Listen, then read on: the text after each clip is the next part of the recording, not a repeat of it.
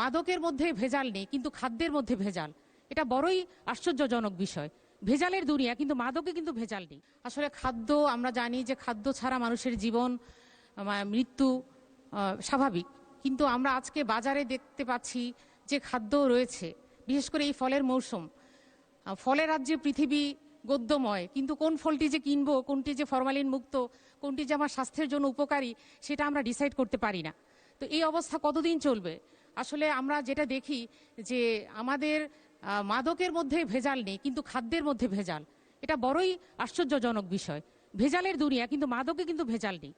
তো আমি আপনার মাধ্যমে মাননীয় মন্ত্রণালয়ের মন্ত্রী মহোদয়ের কাছে আমার প্রশ্ন যে আমরা এই ভেজাল মুক্ত খাদ্য এটা নিশ্চিতকরণে কী ধরনের পদক্ষেপ রয়েছে, খাদ্যের মান সংরক্ষণ এবং জনগণ যেন ভেজাল মুক্ত খাদ্য গ্রহণ করতে পারে সেটা সামান্য হোক, এ ব্যাপারে আমি আপনার মাধ্যমে মন্ত্রী মহোদয়ের পদক্ষেপ জানতে চাচ্ছি।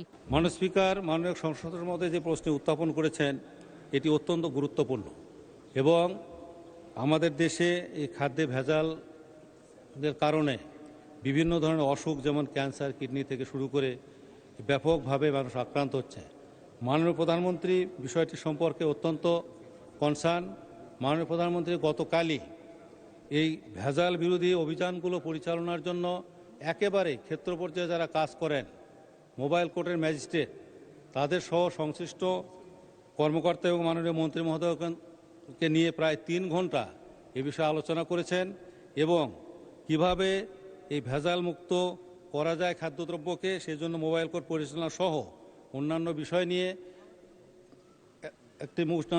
নিয়ে কাজ করার জন্য এবং কি করা যায় এ সম্পর্কিত পরামর্শ প্রদানের জন্য একটি কমিটি গঠন করেছেন মাননীয় জনপ্রশাসন উপদেষ্টা মহোদয়ের নেতৃত্বে এবং আমরা গতকালই সেই কমিটির একটি মিটিং করেছি এবং সেই মিটিং থেকে আমরা কিছু কিছু বিষয় সিদ্ধান্ত নিয়েছি যে যারা এই ভেজাল মুক্ত খাদ্য যাতে পরিবেশন না হয়